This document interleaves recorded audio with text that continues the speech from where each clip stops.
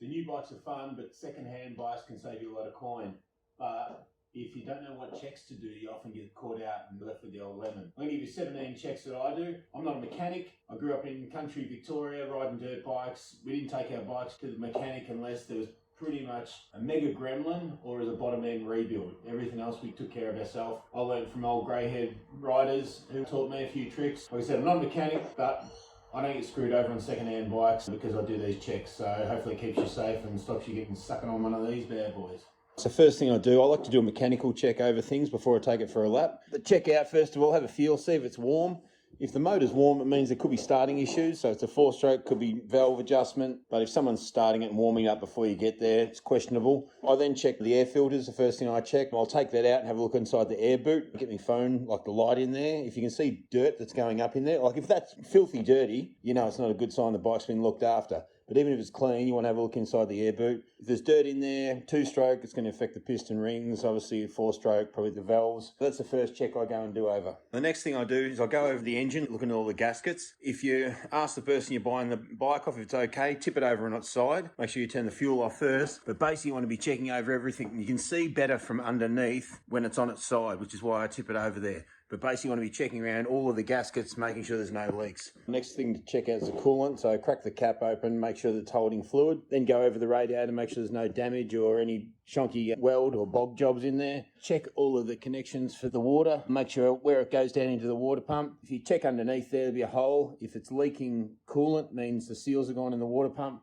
Check over all your coolant levels and your connections. Shocks is normally the next one I do. Check over your compression shocks, make sure it's not leaking fluid out of there. If there's oil down the shocks there, obviously seals are gone. These are cracking shocks on this bike. This is probably the most unbelievable shocks that I've ever ridden with. Anyway, these are factory racing team shocks put on this bad boy. Sorry, I got excited and sidetracked. This is unbelievable suspension on this rig. The next thing I look for is oil. If it's a 4-banger, it's got a dipstick. You can check the dipstick, just see what colour the oil is. If it's really dirty, you want to be asking the person how often they change the oil. 10 to 20 hours is normal. On something like this, with hasn't got a dipstick, tip it over on the side. Just see what the oil's like, see how filthy it is.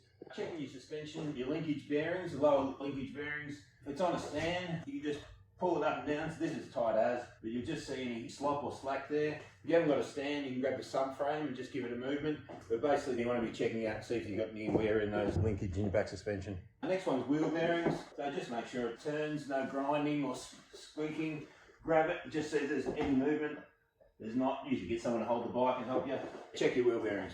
Next I check the head stem bearings, just swing it back and forth. On a really old bike, if your head stem bearings are really knackered, you'll get like a settlement point right in the middle there.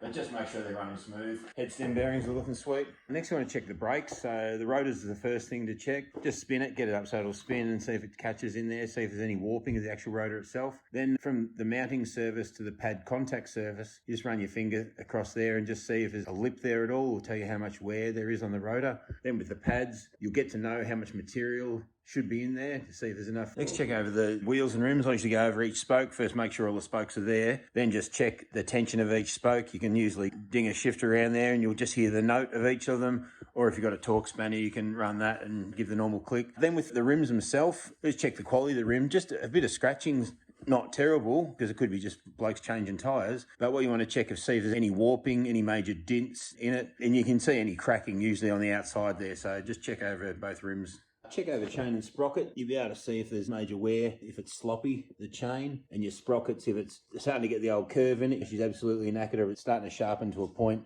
Your chain guides and guards, just make sure you've got enough meat in there. They're not absolutely trashed and worn out. Chain and sprockets, you've got to get used to changing them over, but you want to know what dollars you're up for or whether the ones on it are still going to last you a few miles. One last thing I like to do is just check the back mud guard lines up with the back wheel. This just lets you know if the frame's been bent and is out of alignment, so that should keep you safe.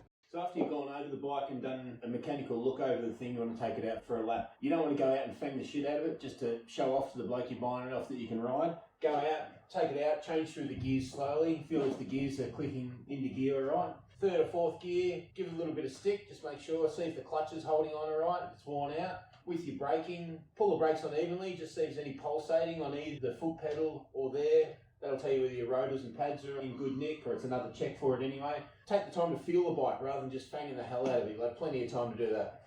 So now you've got to work out, now you've gone over and done a mechanical check over it, you've taken it for a road test or a dirt test, you're going to find out whether there's anything you can logically talk to the bloke about reducing the price. If it's an absolute shitter at this stage, you'll know to walk away, and you know that it's a lemon, but you're not going to be walking away with a bike that is a lemon by doing these checks. So hopefully it keeps you safe, guys. Enjoy the dirt, leave the grind behind.